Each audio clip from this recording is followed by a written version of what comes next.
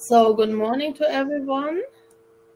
I think we will wait another minute until everyone has been able to log in. Then we'll start.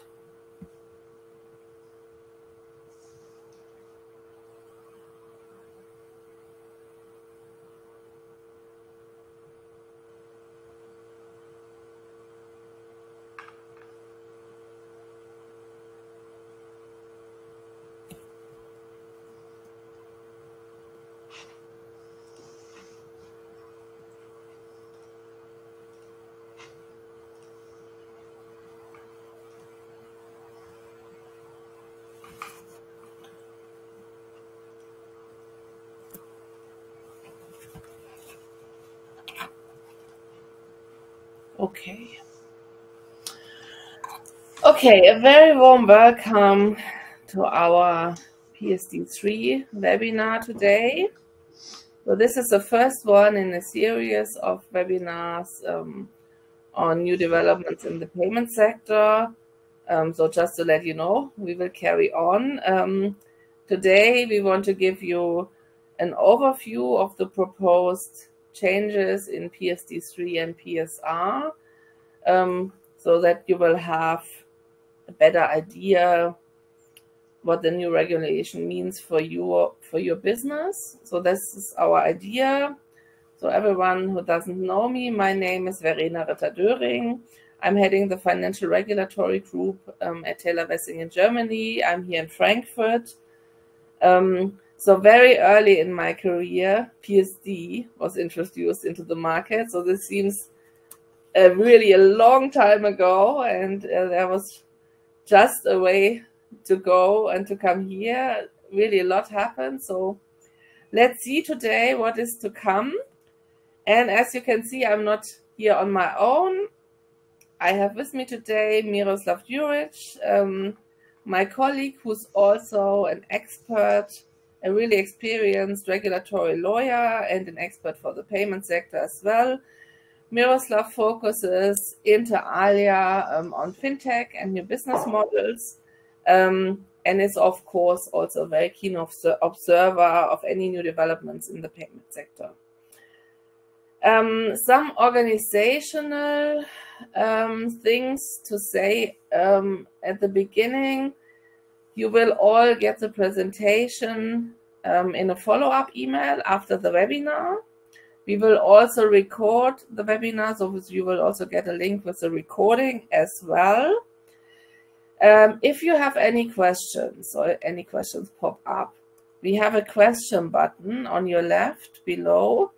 There you can ask your questions. This is anonymous, so only Miroslav and I will see the questions. And we will try to answer your questions either in between, if it fits, or at the end. We will have a Q&A session at the end as well. So please ask away so that we all get the most out of it today. So let me switch to this mode. So this is our agenda for the next 50 minutes, let's say. So I will do a short introduction into this new requirements. Then Miroslav will shed some light on the PSD3 changes and then the PSR, which is even more important. And then we will, in the end, share some practical considerations with you, and I'm sure we will have time for questions and answers in the end as well. So, where do we start? I read somewhere when I was preparing for this webinar, the new PSD3 and PSR is no revolution, but an evolution. And I think this is exactly correct. So since September 2020, with the digital finance package, we all knew there was something new to come. So since PSD2, nearly 8 years have passed, and the retail payment service market has changed a lot. So mobile payment services enabling contactless payments have replaced the plastic cards issued by traditional banks in many sectors. Fintechs are now serious players in the payment world, not only not only the traditional banks. Open banking, as introduced by PSD2, seem to have reached a barrier, and PSD3 is about to breach that. So there's really an exciting development ahead of us. The EU's digital finance strategy, as envisaged in 2020, sets out a way to support the digital transformation of the finance, while it also tries to regulate its risks. So we had the retail payment strategy, where the outcome was it's a fragmented payment market in the EU. Yeah, that is no surprise given that PSD2 was just a directive, and every national authority and also the member states interpreted it a little bit different. The PSD2 review, which took place, also set out a goal to improve the payment market and to make it a more harmonized market, and to make it easier for regulated players and also for exempted players in the market to develop a cross-border business in the EU. So then in June, end of June 2023, the Commission published the first proposal for PSD3 and PSR. So we were all quite excited in the beginning. I think this excitement has settled now, and now it's more about the practical implementation and implications of this. And just for a matter of completeness, this proposal came in a package with FIDA, the Financial Data Access Regulation, which makes total sense, because if you want to broaden the payment market, it is all about data. So it's a lot about IT, as we will see in a minute. Miroslav will tell us, but it is also about who gets access to the customer data and how can this data be used in the market, also to the benefit of the customer and the consumer. So this makes total sense to also have a regulation on how to deal with the data. So, but today we will focus on PSD3 and PSR. This is already enough for the next 50 minutes. So we had the PSD2 and the e-money directive, the second one as well. So we had the payment market and the e-money market separated in two directives in Europe, which seemed from a German perspective a little bit artificial, because we in Germany we have set this out, all the requirements in one act, in the Payment Supervisory Act, ZAG. So for us it's not new that now the e-money part is also part of the PSD3 PSR package. So this makes it makes total sense for us. So the recent trend in regulation that comes from Europe is having a directive and a regulation, and this is also what we have here, to become a more harmonized single market. Also in the payment sector, it is from a legislative perspective crucial to have a regulation which sets out most of the requirements so that the member states cannot deviate from it. And then there is also a part where the member states have some some leverage or some leeway how they can regulate it. And this is what we now see in PSD3. The authorization requirements are a bit more national. Also the supervision is also a bit national, and then it's always in the directive how the national competent authorities cooperate together. It's not something for regulation, but most of the new requirements will happen in the regulation. So this is something we will give you an overview on today. So, and now let's dive in with PSD3. Miroslav, your turn. Thank you, Verena. Very well welcome for everyone from my side as well. We're going to start now with PSD3, which is the subsequent directive that's going to repeal EMD and the PSD2.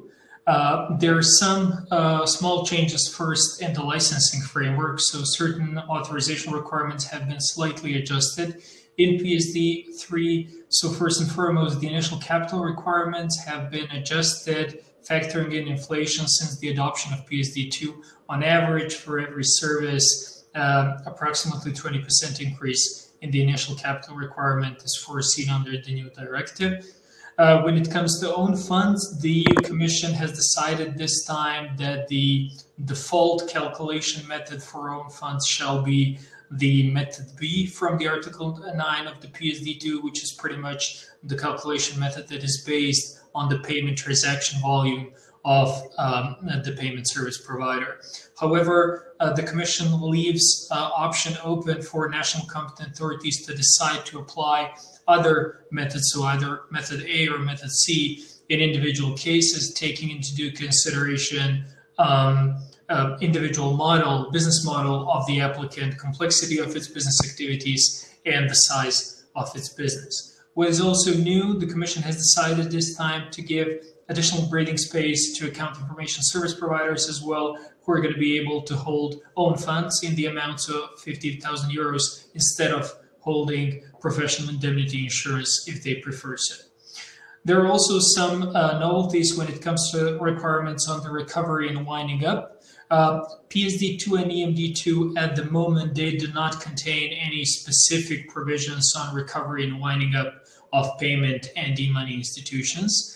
Under the new framework, both of them are going to be required to develop and maintain winding up plans. This is pretty much going to be an authorization requirement, so they're going to need to prove their compliance with this already during the authorization process. And this plan really needs to develop under due consideration of the complexity of the business of the applicants and needs to be appropriate to support an orderly winding up of activities of the applicant, including continuity or recovery of any critical activities of the applicant that are performed by outsourced service providers and or agents, as the case may be.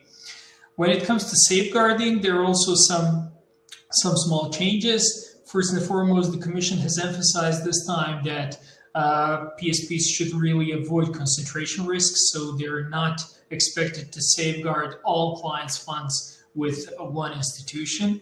They're also going to be obliged to keep their NCAs informed about third parties with whom they are keeping customers' assets. And also in the case of any material changes in those arrangements, they're going to need to notify their respective NCAs. And what is also new, the Commission leaves the option this time for PSPs to store customers' assets with the central bank as well, subject to availability of the central bank in their respective EU member state.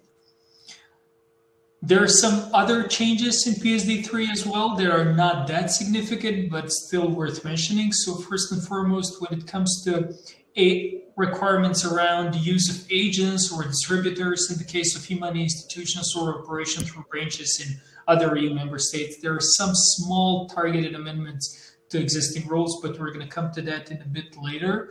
The outsourcing requirements this time are clarified in more detail in the PSD3. They're going to be applicable to e-money and payment institutions in the same way.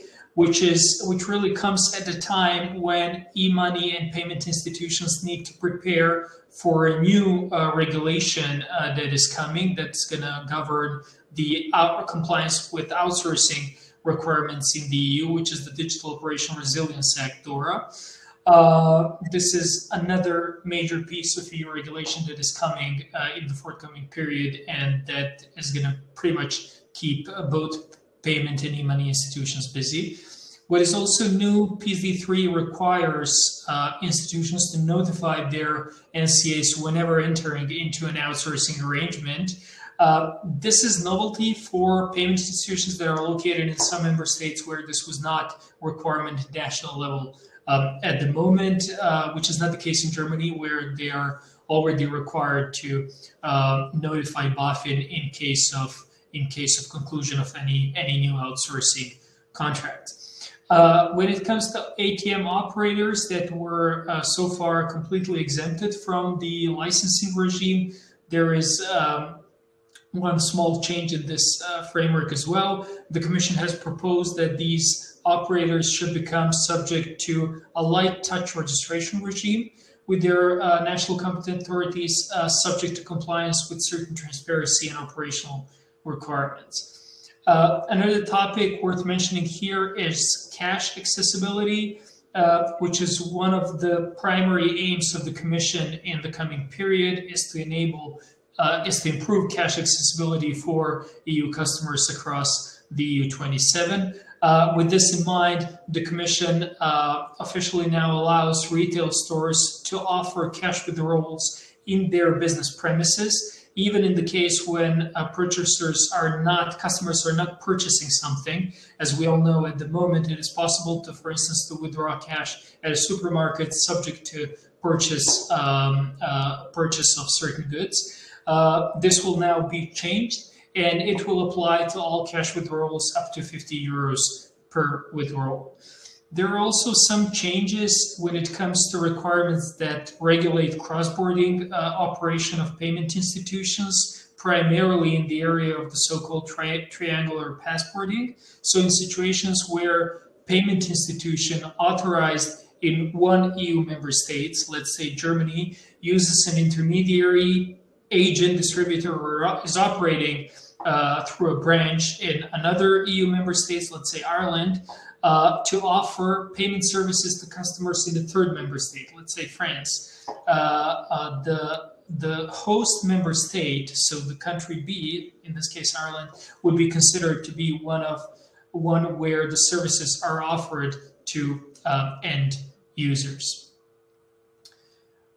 With having said all of that, the question which really poses itself now is, what is the impact on the existing payment institutions now? So is there a need for reapplication or not?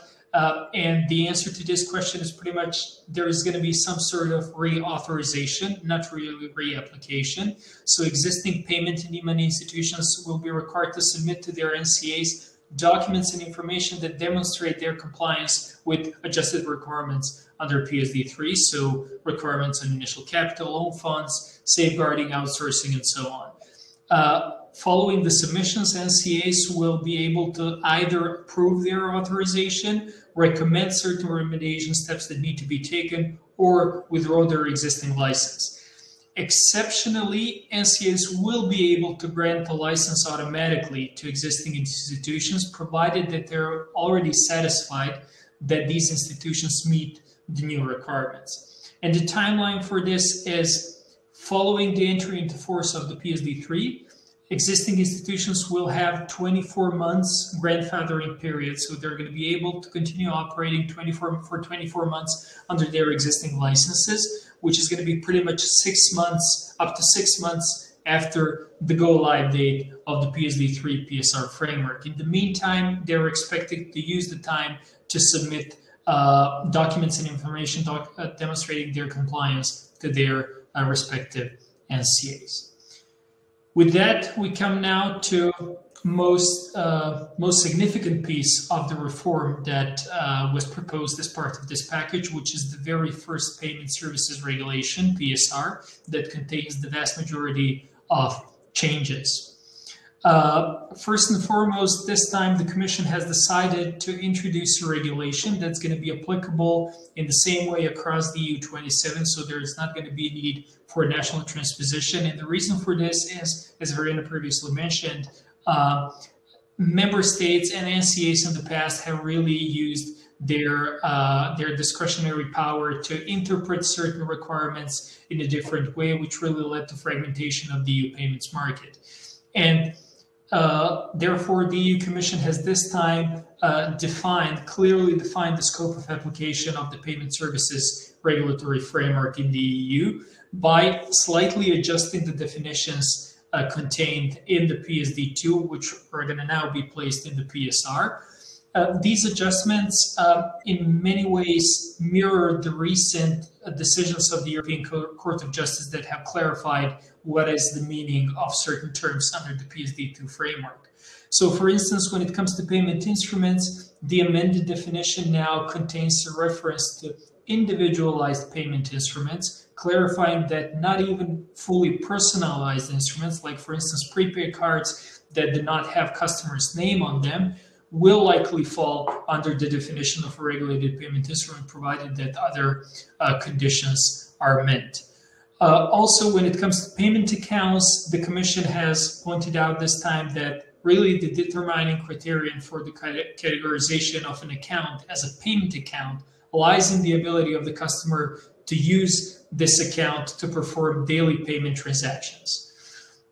When it comes to regulated services, there are also some changes in this area as well. The most significant one that we would like to mention is that the service of the acquisition of payment transaction and issuing of payment instrument has now been listed separately, given that these two services can be provided independent from each other. And this was really cause of many confusions in the industry in the past. When it comes to exclusions that are very important for entities that are not regulated, that are relying on the exclusions to provide certain services that have strong relation with the provision of payment services, there are also some clarification as well. For first, the commercial agent exclusion, the Commission has this time narrowed the scope of the commercial agent exclusion pretty much by replicating BaFin, the German regulator, BaFin requirements on the applicability of this exclusion, requiring payer or the payee to have a contractual relationship with the commercial agent, and commercial agent will be able only to negotiate prices either on behalf of the payer or the payee.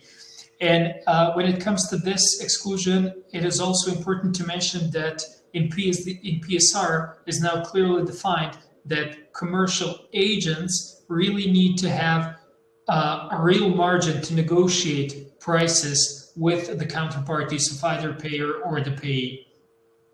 When it comes to limited network exclusion, LNE, which is by far one of the most important exclusions that many unregulated entities are relying on, this time the criteria for the LNE are going to be contained in the PSR, basically leaving no option for NCAs to apply their discretionary right to interpret the scope of application of this exclusion in a different way. And EBA is mandated to develop RTS that will set out more detailed criteria based on which the scope of LNE will be assessed. Also, the first limb of the LNE, which refers to the use of instruments in a limited network only in the premises of the issuer, is now clarified that this really refers to physical premises of the issuer. So this first limb of the exclusion cannot be used in an online environment. And last but not least, when it comes to technical service providers, Commission has clarified that, for instance, providers of pass-through wallets such as Google Pay or Apple Pay that involve tokenization of an existing payment instrument, like for instance a credit card, would not be deemed as a payment instrument, then rather a payment application, and therefore by itself are not going to be subject to licensing for the issuing of payment instrument service. When it comes to fraud prevention, PSR contains a number of adjustments to the existing framework that are really noteworthy. First, when it comes to verification of transactions, What is new is that on the request of the payer's PSP, payment service providers acting on behalf of the recipient of the payee will be required to verify whether the unique identifier, so the IBAN used in the SEPA area, and the name of the payee matches with those details supplied by the payer, and to communicate the outcome automatically to the payer's PSP. This will be mandatory, and this will need to be performed free of charge for all credit transfers in the EU. Naturally, this will not apply to instant credit transfers because due to time limitation in instant credit transfers, this verification would not be possible. The second are the new requirements around the prevention of fraud when it comes to customer warnings and related staff training that payment service providers will need to conduct.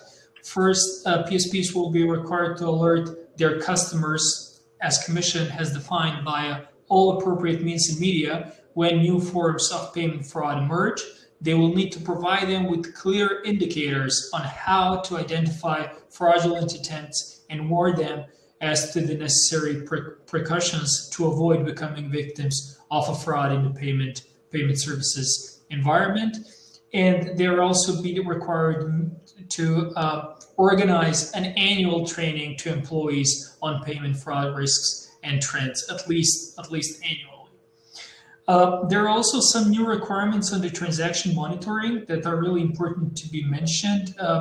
PSPs will be required to implement additional monitoring mechanisms to detect and prevent fraudulent payment transactions. This is probably going to require significant technical effort on the PSP's end, given that this should be based on their previous experiences, so implementing data already obtained during the customer's life cycle. These tools really need to take into consideration analysis of prior payment transactions and access to payment accounts online of their customers. With the aim of preventing or at least minimizing the number of fraudulent transactions, the Commission has also proposed that the payment service providers will be able to exchange unique identifiers of a payee with other PSPs, subject to information sharing arrangements. So they will need to enter into binding contractual relationship with each other, based on which this information will be changed whenever they have a sufficient evidence to assume that there was a fraudulent transaction taking place in relation to this payee. It is worth mentioning that here, what needs to be taken into consideration when PSPs decide to implement these data exchange mechanisms, this needs to be done, of course, in compliance with applicable data protection regulations, but as well locally applicable professional secrecy laws and regulations that may apply at member state level. And last but not least, one thing that probably affects us all is the post-transaction transparency. I believe that everyone will remember one or two payment transactions that you can see on your balance that you cannot really attach to any payee that you transferred a certain amount of money to, because there is just the legal name of the payee included or a business name that is really not recognizable. With the aim of providing customers with more transparency in the sector, the Commission is now proposing that payment institutions will be required to go a step further and include additional information that enable clear identification of the payee. So, for instance, if only legal name is available, they would also need to include the business name under which, for instance, an online shop is operating or a retail store you visited recently, and that shows up in your balance. The next topic related to payment frauds and fraud prevention is, of course, the liability under the payment services regulatory framework. Under PSR, there are some new changes to the liability framework. So first and foremost, when it comes to unauthorized payment transactions, even though the liability principle that is currently contained in the PSD2 remains maintained, it has also experienced some smaller changes. What is new? The mandatory timeline for fraud investigation on the side of PSP, and the procedure is set now. So PSPs will need within 10 business days to either refund to the payer the amount of money that was transferred based on the unauthorized payment transaction, or provide the customer with justification as to why their refund request was refused. This will likely require adjustments to internal policies of the payment service providers and also internal processes that are implemented for this purpose. The second area is the liability of the payment service providers for incorrect application of the matching verification service. So previously mentioned verification service as part of which PSPs need to identify any discrepancy between the IBAN and the name of the payee. So where the PSP of the payer fails to notify the payer of the detected discrepancy and stops the payment transaction initiated on this basis, PSP will be required to refund any financial damage to the payer within 10 business days after noting discrepancy or being notified that transaction was executed despite the detected discrepancy. PSPs also here will either need to refund the amount within 10 business days or provide the customer with justification why they're refusing the refund, but will also need to indicate to give contact information to the customer of the bodies to which the payer may refer the matter. So as part of a complaint against the PSP, for instance. Of course, where the fail in the identification was committed by the PSP of the payee, of the recipient, this PSP shall bear liability and refund the financial damage to the payer. But in any case, it is important to mention here that the burden of proof for this will always be on the PSP of the payer or the payee, as the case may be, but never on the customer, which is really reflecting Commission's dedication to protecting customers' interests in this sector. And last but not least, there are also some smaller adjustments to the liability, the scope of liability for technical service providers. So PSR introduces liability for technical service providers and operators of payment schemes, especially in relation to application of strong customer authentication that we're going to go into a bit more detail a bit later. So they're going to be liable for any financial damages caused to customers or PSPs resulting from their failure to provide their services as part of the application of strong customer authentication properly. We expect that this is going to be a significant practical challenge for TSPs, and most probably redrafting of existing cooperation agreements will be necessary to reflect this change in the regulatory framework. With this, we come to the next topic, which is really everything in and around consumer rights and information obligations under the new framework.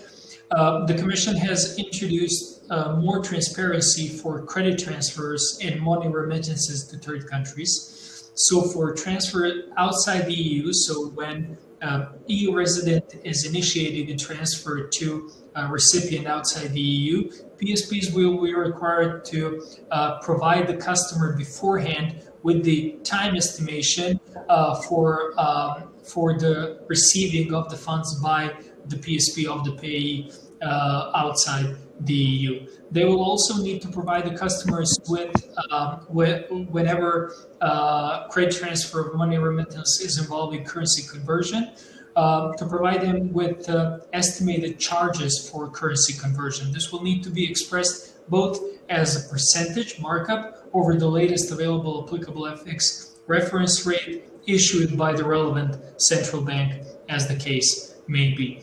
We expect that this will be a significant challenge for PSPs that will pretty much need to adjust their IT processes, for instance, as part of the online banking apps or browser applications used for credit transfer, that will need to implement these requirements and provide customers with sufficient transparency.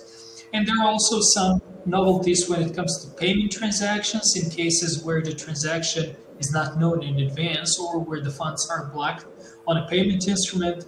A classic example for this would be pretty much when you are using your credit card to at a hotel for a booking, in which case a certain amount or rent a car, a certain amount of your balance is being blocked. In this case, PSR obliges payees to inform their PSPs of the exact amount of the payment transaction immediately after the delivery of the service or good to the payer. So, for instance, in the case of a hotel booking, that will be pretty much immediately after the issuance of the final hotel invoice. Under the PSD2, at the moment, this is defined without undue delay, which sometimes lasts for a couple of days or even a couple of weeks, as the case may be. When it comes to blocked funds, the amount of the blocked funds must be proportionate to the amount of the future payment transactions that can reasonably be expected at the time of blocking of the funds. So this really needs to be proportionate. For instance, in the case of a hotel invoice, so to the number of nights staying, or for instance, days for duration of which rent-a-car was taken, for instance. And as mentioned earlier, payers' PSPs will really be required to release blocked funds immediately after receiving the information from their customer, i.e. the recipient of the payment transaction. With that, we come to the next topic, which also has experienced some significant changes under the proposed framework, which is the open banking. For those of you who are not familiar with the open banking was introduced as part of the PSD2 framework as a consent-based data sharing framework, which enables new entrants to get access to the EU payments market and customers' payment account data.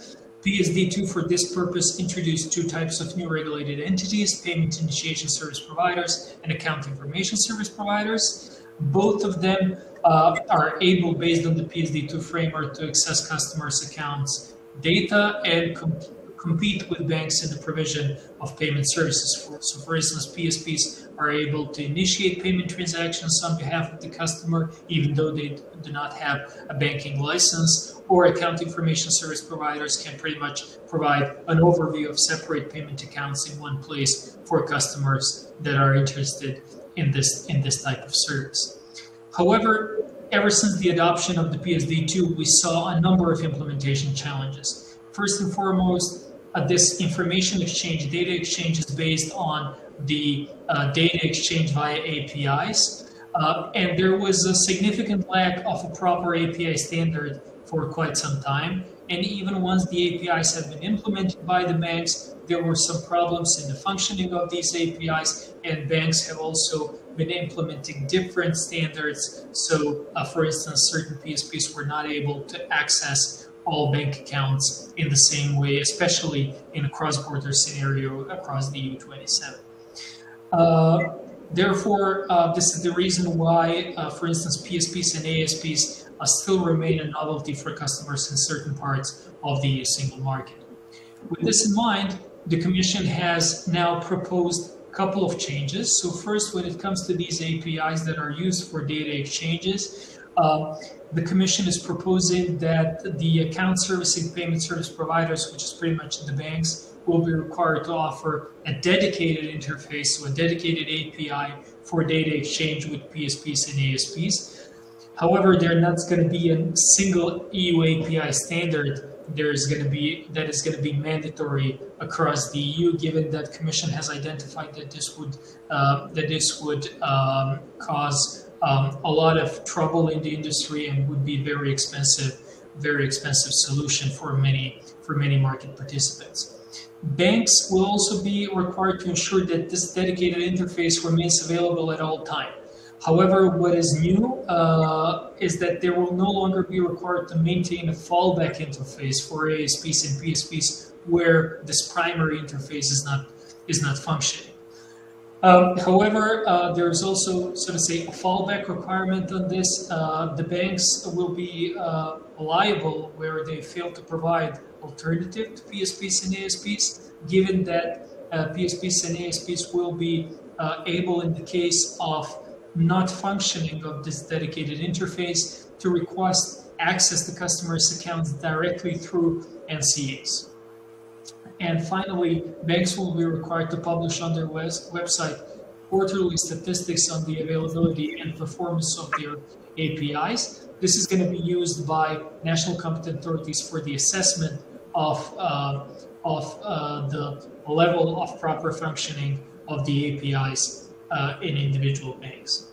There are also some novelties when it comes to access rights. Non-bank PSPs have experienced big challenges in when accessing payment systems and payment accounts, especially. The reason for this is because when it comes to payment systems, some of the most famous payment system in the EU, like for instance Target 2, under the applicable EU Settlement Finality Directive, operators of payment systems are not required to grant non-discriminatory access to payment system to non-bank PSPs. This is going to change now, given that PSR extends non-discriminatory access requirements to payment systems also to non-bank PSPs. This will be reflected in the amended version of the Settlement Finality Directive that is being amended separately. And also another challenge that non-bank PSPs have been facing lately was that sometimes as a part of their license application process, they were not able to open a bank account, a payment account with a credit institution in the EU. This will now change, given that credit institutions will be able to refuse to open a bank account or to unilaterally close a bank account for PSP only in certain limited situations that are now outlined in the PSR. And they will need to provide detailed explanation for their refusal, given that now, under the new framework, it is proposed that PSPs will also be able to file a complaint directly with the NCA in the case of refusal of the bank account opening. And finally, there is some news also when it comes to general overview of the data exchange between the banks and the non-bank PSPs. Banks will be required to provide their customers with a permission dashboard, which will be used to monitor and manage any permissions provided to account information service providers. So, for instance, I believe that many of us saw the rapid emergence lately of the subscription and management providers that pretty much offer overview of various subscriptions that you have in one place. The idea is now really to replicate this business model also in the banking sector, so that banks really provide their customers with overview in one place of all consents given to account information service providers that they are using. And last topic in this part is the so-called strong customer authentication. For those of you not familiar with the concept, so PSD3 has introduced the concept of strong customer authentication that required payment service providers to authenticate customers' identity whenever a customer is initiating a payment transaction in an online environment based on at least 2 of 3 characteristics of the customer. The Commission has now clearly defined the scope of application of the SCA framework. So, for instance, if we talk about the merchant-initiated transactions, so that are being initiated by the recipient of the funds, they're going to be only in scope of the strong customer authentication where they're initiated without any interaction or involvement of the payer, where the payer is present. So, for instance, in the physical premises of the merchant, this is not going to be applicable. Also, there is one clarification when it comes to subsequent ongoing payment transactions. So, SCA will not be applicable where there is where there are subsequent merchant-initiated payment transaction following the initial mandate given by the customer.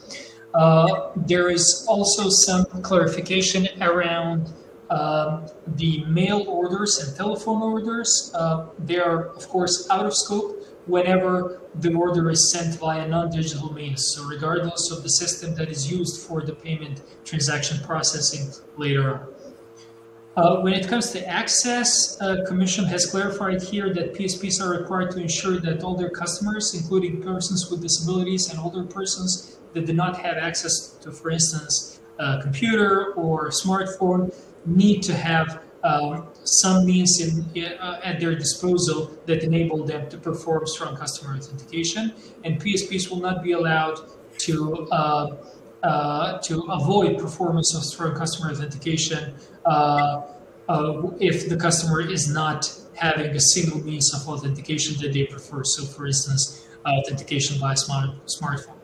There are also some clarification around the use of technical service providers for the verification of customers' identity in the SCA environment. So whenever they are performing authentication on behalf of the payment institution is going to need to enter into outsourcing arrangement with them that needs to define their duties and responsibilities. And of course, payment institutions will be the one who are going to be taking over the entire compliance liability for compliance with the PSR. And with that, we come to the last part of my part of our today's presentation, which is a couple of words on the open finance framework that is also proposed as part of this payment and financial data access package. So first, for those of you who are asking yourself, what is open finance at all? Open finance is a term that is pretty much used to describe the extension of the open banking principles that enable third-party providers to access customers' data that go way beyond payment accounts data. Open finance is the next step in the open banking journey that relies on the B2B, business-to-business data sharing, consent-based data sharing of the customer's data that is aimed at increasing competition between financial service providers. This consent-based sharing of customers' data pretty much has three aims. First is to enable customers to move their data when switching from one financial service provider to another, in order to get more personalized products and services from the new service provider from the day one. This is aimed at improving competitiveness in the financial services sector, given that financial service providers are expected to be creative in this process, given that they're going to be required to provide personalized services from day one to their new customers. And of course, it is expected that this should open the door for the entry of third-party service providers in the financial services sector as well. With this aim, the Commission has proposed the so-called Financial Data Access Regulation, FIDA regulation. This regulation shall create a framework for controlled and consent-based sharing of financial data that goes beyond payment accounts data. So the scope of application is pretty much broad. So it covers banking, investment services, asset management, insurance industry, and so on. All in-scope financial entities, so let's say, for instance, investment firms, insurance brokers, will need to have in place dedicated interfaces, APIs, that grant access to customers' data for the other place in the industry. So, for instance, if you as a customer are switching from one investment firm to another, the investment firms will need to have a technical infrastructure in place that enables them to transfer your data from the former service provider to the new one. With the aim of opening the door for the entrant of new technology provider, the Commission has also introduced new authorization framework for the so-called financial information service providers that will be allowed to have access to customers' data for the sole purpose of providing financial information service. So, for instance, we already know, especially in Germany, some compare platforms that enable you to compare offers from different service providers in one place. And it is expectable that this will likely have a significant operational and technical impact on the entire financial services industry, given that this will require significant operational and technical effort on the side of all players in the financial services sector. With that, I'm going to hand over back to Verena, who is going to walk you through some practical aspects of the proposed framework. So for the next few minutes, we will take a look on what to do next. So we have now the first proposal of the text of the PSD3 and the PSR. There will take place the trilogue, which usually also will bring some changes to the text, but it is to be expected that we already have a very good idea of what is to come, even if some details will be adjusted during the process. So I think, first of all, we have different practical impacts, either if you are an exempted entity or if you're an authorized entity. I think for the exempted entities, it is a bit more crucial to start very soon, to look at what is new to you, what will change. So what definitely will change, what Miroslav just said, strong customer authentication, there will be some changes. So if you are involved in this, you have to look closely, you have to observe the process closely and already make a plan how to adjust to the changes. We will also have to adjust the outsourcing agreements. So if you are an exempted entity and you work closely with an authorized entity, this will be an issue you have to be prepared for. The limited network exemption, if you operate under the limited network exemption currently, there might be some changes. So EBA published in August 2021 the last guidance on limited network and limited range exemption. Is not likely to change a lot. So I think here we have quite a good framework, but also the same applies. Stay vigilant and observe what is coming, especially if you work cross-border. So if you are an exempted entity working cross-border in the EU, this might have some changes. So if you're only operating in Germany, probably not so much. Yeah, but let's see. And for the e-money institutions, probably also from a German perspective, not so many changes, but we get more legal clarity throughout the EU as well. So if you are an authorized entity, there are some adjustments, as Miroslav pointed out. Also, you have to provide some more documents to BaFin and so on. That's not that bad. Yeah, this will happen. I think the most changes, or you should focus on your IT challenges. PSR and PSD3, in particular PSR, will bring IT challenges to your business, in addition to DORA, which already brings a lot of IT challenges. So this is something you should really look at, because IT changes take time. So this always takes a lot of time. So if you want to enhance your business and provide whatever more data access in any direction, the IT setup is crucial, and there are a lot of requirements. There are also new requirements for your customer agreements, customer contracts. Also your outsourcing agreements, which you will already have to look at. Under the DORA perspective, you can combine this with PSR, with the PSR perspective as well, and do this in one go. This is not really difficult. It's just, yeah, you have to adjust accordingly. So we are still waiting on delegated acts.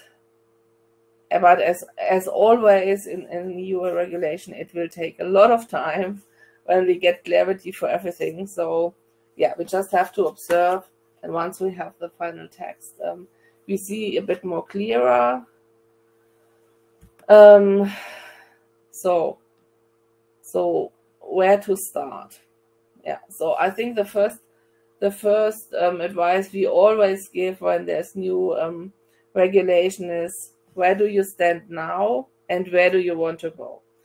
If you want to enhance your business, if you maybe are part of an open banking business and you want to do maybe even more and provide some services in the direction of open finance, yeah, you have to really understand what is changing, and you have to have really a good vision on what your business model should be or should become in the near future. Yeah, I think traditional banks need to adjust their technical infrastructure. They need to adjust their IT setup. Anyway, so in addition to DORA, this is quite a challenge. It will be a challenge for the market as well. Yeah, the timeline seems that we have a lot of time ahead. So we expect that the PSD3 and PSR text will be finalized in a year or maybe in early 2025. So then we have some months to prepare. Yeah, mid-2026 maybe it will all apply. So this seems quite a long time, but it is not. It's only 2.5 years, and it's, yeah, in particular if you are thinking about enhancing your license or your business model, it's not a long time. Yeah. So and the customer agreements, I think this is not so urgent to adjust your customer agreements. It's also something you need to do, and it's so for us as lawyers, it's always painful. Now we have the civil law requirements. We also will have then some civil law requirements in a regulation text. So this is all not quite really nice, but that's okay. So for a start, look at your IT and have your business case in view. That's basically what you need to do first. So any question? There was one question we already have answered. There was the specialized questions. Are there any other questions?